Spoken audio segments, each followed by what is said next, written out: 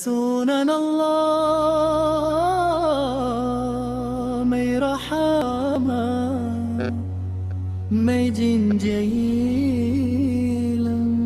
Tirada amincin o sudratara tabbataga shugaban halitta annabi Muhammada sallallahu alaihi wasallam fitilar shirya shugaban annabawa mai ceton al'umma arnagar albiyama.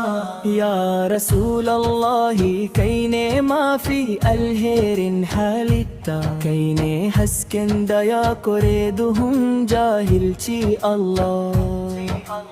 Ya ke domin ka zama rahama ga talikai, mai shiryar da mutane zuwa ga tafarkin gaskiya da tsoron damma. Kai ne amintacce kafin annabci kuma bayan annabci, ka zama jagoran masu gaskiya da kyawawan tabi'un kakarin jayi zukata, da tausayin kakarun gumi talakawa, da adalcin ka zama abin koyi ga dukkan al'umma.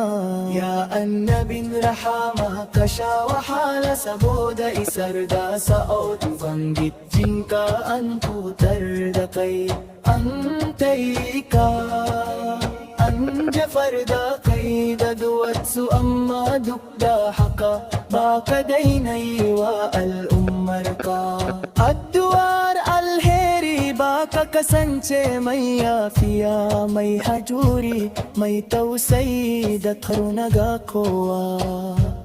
Allah madaukakin sarki ya ce kai rahama ne ga talikai, saboda haka duk wanda ya bi tafarkinka ya rabuta, kuma duk wanda ya yi rito da sunnarka ya samu nasara a duniya da lahira. Ya Allah, kaddara tira da aminci ga annabinmu Muhammad da iyalansa da sahabbansa da duk masu bin tafarkinsa har zuwa ranar sakamako. Muna roƙon Allah ya cika zukatanmu da son annabi Muhammad sallallahu alaihi wasallam, ya ba mu ikon koyi da halayensa masu daraja, ya tashe mu cikin tawagarsa a ranar alƙiyama, ya shayar da mu daga tafkinsa, ya samu kasance cikin ma'abota cetonsa.